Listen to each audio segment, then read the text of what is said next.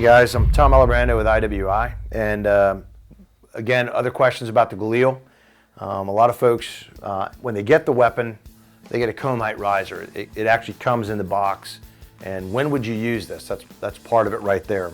We're also going to talk about the rear sight. The rear sight can be removed, and these two topics kind of work with each other because if I put an optic on here, a magnified optic, I can't really use the iron sights anyway.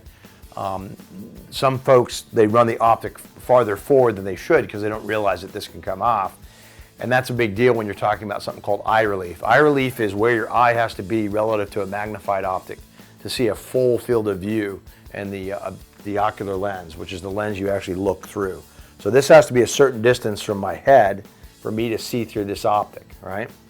All right, so we'll talk about mounting the optic first, and then we'll talk about the cone height riser because those two things will kind of explain themselves. So to remove the rear sight, if you need to get rid of it because you're going to put a magnified optic, you're going to clear the weapon first, put it on fire, clear it. Weapon's good, weapon back on safe again. I'm going to push the rear tab, drop that down inside the receiver. If you have any questions about how to disassemble and reassemble, we have another video on that, so refer to that specifically.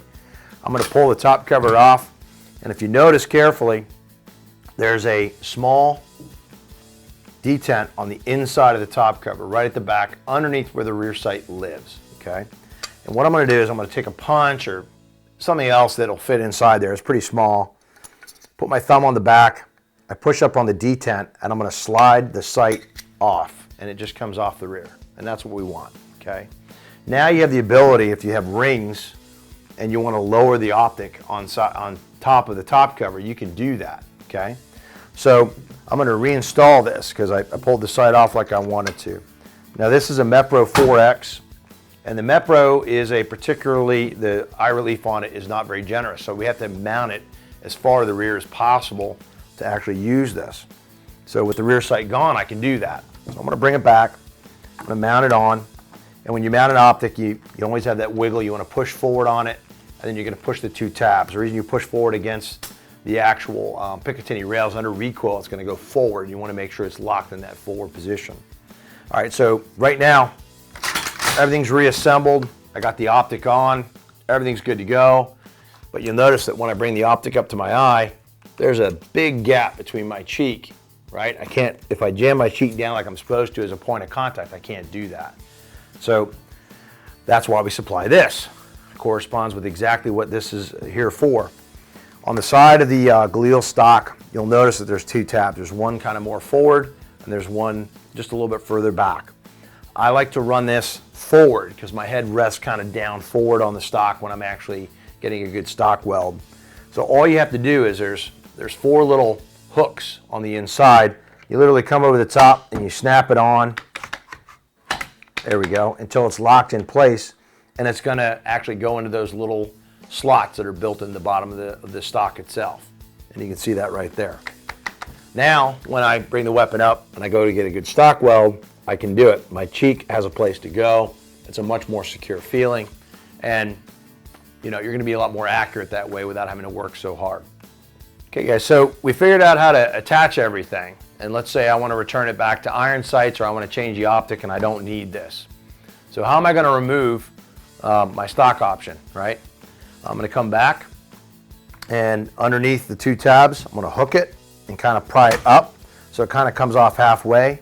All I have to do is continue rolling it around and it's going to come off. It's secure when it's on there, and if you have a newer one, this one's been moved around to a couple different rifles that we have.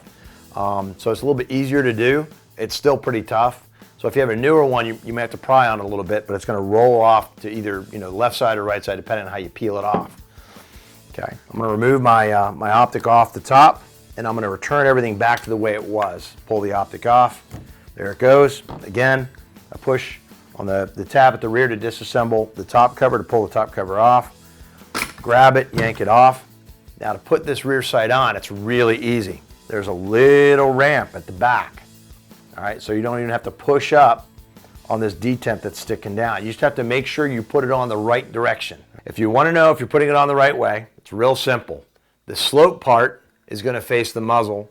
The flat part faces the shooter. So it's like going, it's aerodynamic looking. If you ever are confused what you need to do is you pull the sight down so you can see the two tritium inserts in the back.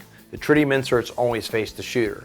That's a guaranteed way of knowing which direction it goes, okay?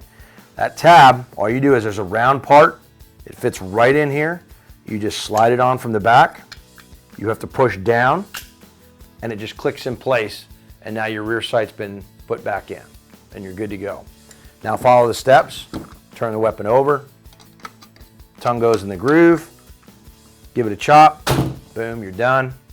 Put your thumb on the outside of the top cover, pull to the rear, and that pops out. That indicates you're good to go.